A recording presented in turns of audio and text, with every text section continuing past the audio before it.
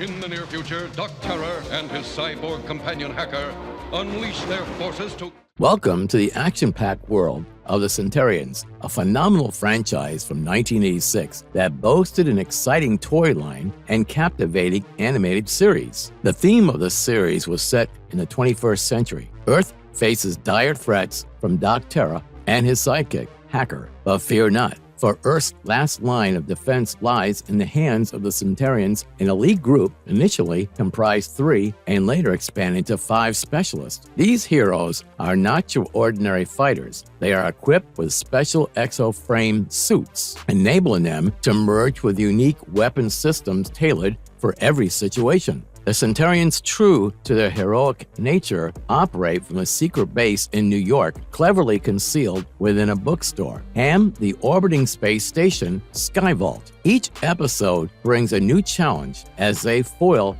Terra's latest schemes for world domination. Their trademark? Move, adopting an expose and shouting power extreme to summon their assault weapon system from Skyvault, which then spectacularly lock into their expo frames in a dazzling display. Let's dive into the thrilling universe of the Centurions and celebrate these incredibly heroes who stand at Earth's final bastion against tyranny. Before we go into our explanation, we have a very small request. If you like our content, please support us by subscribing to our channel. This is a small click for you, but for us, it means a lot. Thank you. Let's begin.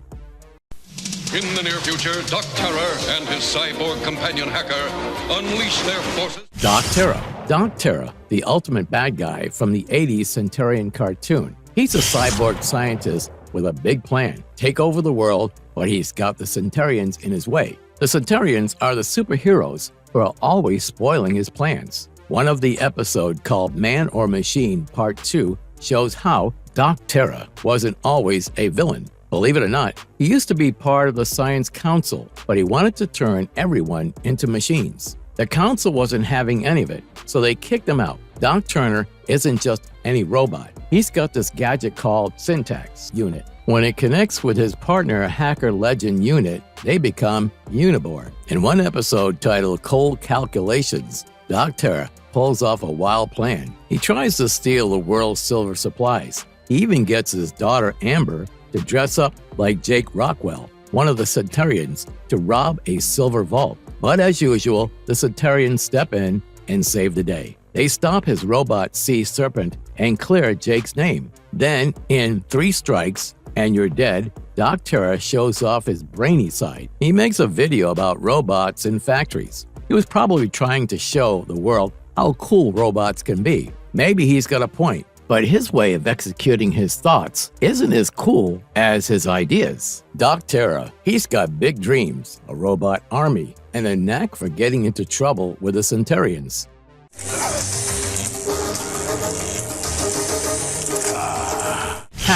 Hacker, the right-hand man to the big bad Terra. This introduction in a single line says it all, but let's explore a little more about this character. Hacker wasn't always a cyborg. He used to be a regular criminal running from the cops who's trying to stay out of jail. But life's weird, right? Once he bumped into Terra, like any other villain offered him some more power and cash, Hacker immediately said heck yes and joins the dark side. Little did he know that he was now Doc's guinea pig. Things get real when Doc turns him into a robot. Hacker was not too happy about being a robot. He throws a fit, and things go south fast. He accidentally hurts Terra so bad that Doc has to turn himself into a cyborg too. In the better half, Part 1, Hacker's clumsiness creates Uniborn. Remember the combination of Terra and Hacker? Interesting fact about Hacker is that his voice was done by Ed Gilbert. He's got this dim-witted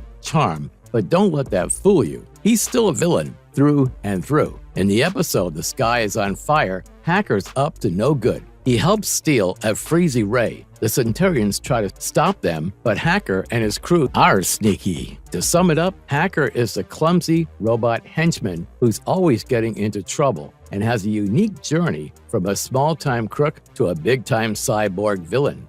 Max Ray, the coolest guy in the ocean and the star of the 80's Centurion cartoon. You can call him the superhero of the sea. always ready to dive into action. Let's break down what makes Max the guy everyone talks about. First off, Max isn't your average fella. He's the sea operations expert for the Centurions. He's got skills in the water that nobody can match. He has got both strength and smartness. He is so smart that he built his own nuclear submarine at 14. He water skis across the Atlantic with almost zero efforts. Exercise for Max is like mini vacation. He swims from California to Hawaii and back. Sometimes wonder if he has part marine psychology. He's got these superhuman abilities that make you go, wow. Max's voice was done by Pat Fraley. He brings Max into life in every episode, making him the hero we all cheer for. In the episode Cold Calculations,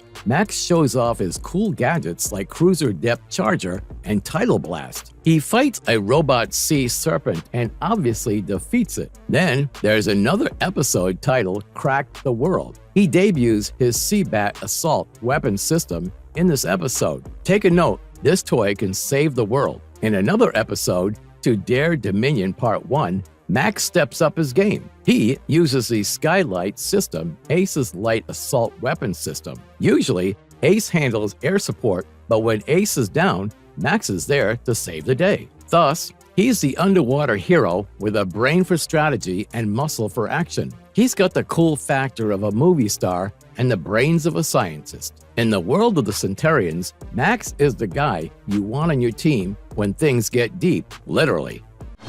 Jake Rockwell, rugged land operations specialist. Jake Rockwell. Jake Rockwell is the kind of guy who's always ready for action. He's one of the main guys in the Centurions. Let's jump into his world and see what makes him tick. First things first, Jake is the Centurion land operations specialist, the best guy on the ground. He's young, but don't let that fool you. He knows his stuff when it comes to ground battles. Jake's not just about fighting. He's a record breaker too. He smashed all the records in the intercontinental cross-country race on his first try. Jake loves demolition derbies. He drives turbo crash cars like they're toys. He's got this brute force approach, but he's also street smart. And he's got a pet dog named Shadow. Every tough guy needs a shadow. In Hacker Must Be Destroyed, Jake shows off some superhuman skills. He can breathe and talk in space without a helmet. Space rules don't apply to him. Just like Ace, another Centurion who seems to defy the laws of physics. Jake's voice was done by Vince Edwards. He brings this heroic character to life in every episode.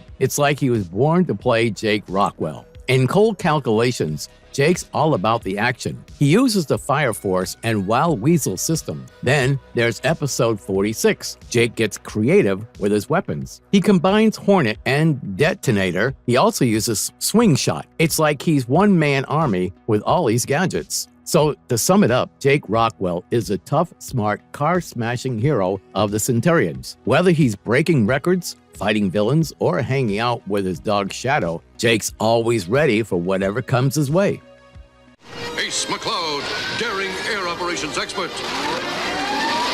Ace McLoud. Let's zoom into the world of Ace McLoud. He's the guy with the blue and silver exoframe who soars through the skies. He is the team's air operations expert, and man, he's something else. Ace is known for his cocky attitude and his wisecracks. He's a bit of a ladies' man, which sometimes puts him at odds with Jake. But when it comes to courage, Ace is unmatched. He's all about those aerial missions. He's even got a special gear for space battles. This guy is an ace, pun intended, at flying. He pulls off the craziest air stunts one can imagine. He's always the first to volunteer for the toughest missions. As a kid, Ace was already showing off his flying skills. He won an award for creating a remote control airplane that responds to brainwaves. Not just that, he even flew a glider off Mount Everest. That to Upside Down. Neil Ross was the voice behind Ace, bringing this daredevil to life in every episode. He's the kind of character that makes you want to strap on some wings and fly. In episode 1, the sky is on fire. Things get intense. The Centurions are transporting this powerful Freezy ray when Hacker and his gang try to steal it. Ace and the team get into a wild showdown. There's a huge storm, a plane crash, and a daring rescue. And Ace is right there in the thick of it. Then, in cold calculations, Ace battles a robot sea serpent along with other teammates. He even does an educational video on Saturn's rings. He's the high-flying, wisecracking, fearless member of the Centurions. Whether he's battling in the skies, flying off Everest, or teaching us about space, Ace is always the star of the show. And that's Ace McLoud, the sky-high hero with the heart of an adventurer. Let's give the bad guy. Rex Charger. Rex Charger is another member from the cool gang, the Centurions. See, no one in the team is average. Everyone has something special, but this one is special than special. He's the alternative energy specialist. He joined the Centurions along with John Thunder during the Man or Machine miniseries. It was like the team hit the jackpot with these two. Rex and John were set to be the new faces in the toy line in 1987, but it did not work out as planned. Anyway, let's talk about Rex's style. He's got this unique look. Parts of his helmet and exoframe glow in the dark. The rest of his outfit is this orangey red color. Maybe he's always ready for a Halloween party, or that's just his style. He's got skills that's beyond wow. He's known as the expert energy programmer. His gadgets are out of this world. First, there's the Electro Charger. It's a flight assault weapon system, but it's not just any weapon system. It can manipulate energy. Then, there's the Gatling Guard. This one's a heavy flight weapon system. He's got a revolver that does all sorts of unusual energy stuff. Hence, Rex Charger is the eco-friendly, energy-savvy hero of the Centurions. Whether he's glowing in the dark or saving the day with his high-tech gadgets, Rex is always ready for action. In the world of the Centurions, Rex brings that extra spark of energy, both literally and figuratively. Your weapon system. Too conspicuous. My vibro knife is all I need. John Thunder. Now, let's talk about John Thunder from the Centurions. He is known as the Specialist Infiltration Commander. He's got this black exoframe, and his upper body is exposed. He's the master of covert operations. You may call him a ninja, but from the future and with more tech. John is a guy you can call when you need someone to sneak into the enemy territory without making a sound. He's like the shadow in the night, always there, but never seen. His skills in stealth and espionage are top-notch. He's the guy in the movies who can walk into a room full of guards and walk out without anyone noticing. But John's just not about being sneaky. He's got heritage. He's a full-blooded Chiricahua Apache, a direct descendant of Geronimo. Now, John's got some cool tools like the vibro knife for self-defense, electromagnetic gloves, they let him climb walls and ceilings. Another awesome weapon in his arsenal is the silent arrow. It's somewhat a crossbow. He also has a net cannon, armor pieces, and a lot more. Then there's the thunder knife. This one's like a mini tank. He's got lasers, arm-mounted cutter wheel, and a missile backpack. John can spin and cut like a whirlwind on this thing. In one line, he's a silent, sneaky, and heritage-rich member of the Centurions. Whether he's climbing walls with his gloves or sneaking around with his silent arrow, John is always ready for action. Calling Skyhawk. Send us Skybolt and Tidal Blast. On their way. Crystal Kane. Crystal Kane, the unsung hero of the Centurions, she's the wizard behind the curtain, the one who keeps the team running like a well-oiled machine. Crystal's job is very critical, as she's the brains operating Skyvault, the space station. You can call her a mission controller or the tech guru who helps the Centurions kick butt all over the world. When Doc Terra's up to no good, Crystal's the one sending the team to save the day. She's not just pushing buttons and pulling levers. Crystal's in charge of the big stuff. She gets the Centurions their assault weapon systems. Crystal's got a pet orangutan named Lucy. That's right, orangutan. She is having a little sidekick who's always a genius. Lucy's probably the only orangutan who can say she's helped save the world. Crystal Kane might not be front and center like the other Centurions, but she's as important as any other Centurion, maybe even more important. Without her, there's no Skyvault, no weapon systems, no global transport. She's like the coach of a sports team, the one making the calls, planning the plays, and ensuring victory. So, next time you're watching the Centurions, and see them flying off to battle, remember Crystal Kane. She's the one who made it all happen.